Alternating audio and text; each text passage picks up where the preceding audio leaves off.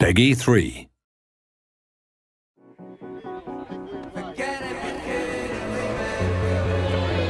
Welcome back to the latest developer diary for F1 2010.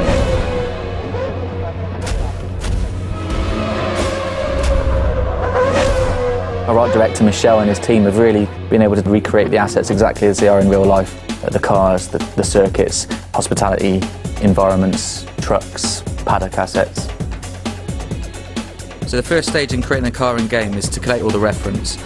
We get basic CAD data from the teams in terms of wheelbase lengths or any of the other technical information on the car itself. We supplement that with photography and livery packs.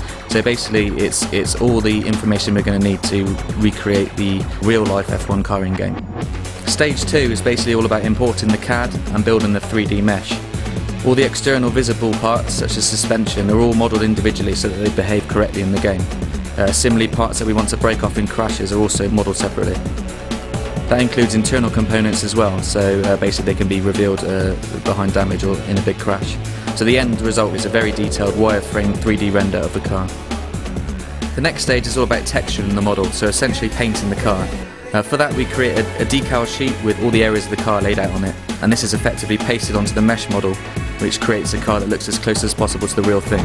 Once it's in game, we basically set up the suspension components so everything articulates correctly, and tweak all the individual components so that they fit together correctly during a damage sequence. So what this really means is that each of the cars handles slightly differently. So if you're playing on a Red Bull or HRT, you can actually feel the differences come through in feedback around the corner, down the streets, the differences in aeros, the differences under braking, turning, understeer, oversteer, all these kind of things actually feed back in through the actual model of the car. The better cars in the field out there, they're not necessarily easy to drive, but they just do what you want a little bit easier. Audio obviously plays a massive part in any game, but particularly in F1. One of the most important aspects from an audio point of view has got to be the sound of the cars. We've been working with some of the manufacturers and teams who've been helping us get access to their vehicles to allow us to record these sounds.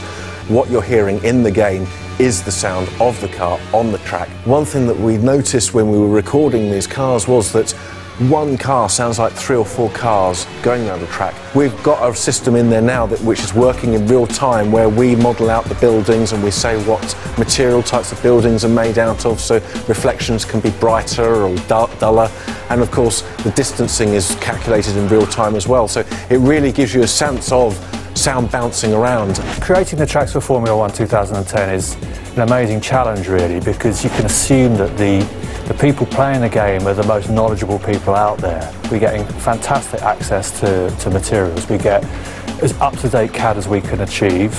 We've got fantastic photo reference. The photographers are over there sort of like walking the track literally every 5 metres, taking images left, right, centre. You want to experience that track as though you're driving around it in a real-world situation. So there's a lot of emphasis goes into making sure that this track feels like it's embedded in a bigger landscape. You're actually, in Monaco. This thing is all about making you feel like you're there. Having Ant come in every few weeks has really allowed us to go beyond the data that we're given and actually enhance the tracks that much further. So obviously driving the real-world circuits enables me to give that impression to the guys creating the game, and there's all these details around circuits where we go to around the world that only the driver would know about. So for instance, turn 8 in Spa, I know straight away any car I've ever driven there always understeers as it plummets downhill around the sharp right-hander, and it's knowing that kind of detail as a driver that you can get over into the game as well. We're making a big push for the atmosphere in this game, certainly with the grandstands and the characters in the crowd. We actually want to make sure that the track becomes more populated as you go through the weekend. So we have the flags, we make sure that the banners reflect maybe the locations. Practice, fewer people are turning up, qualifying starts to get busy, race day is absolutely packed. When you can see all the crowds cheering in there and the flag waving, it really adds quite a lot to the atmosphere of the game. The circuits feel really spot on, so it's good to see.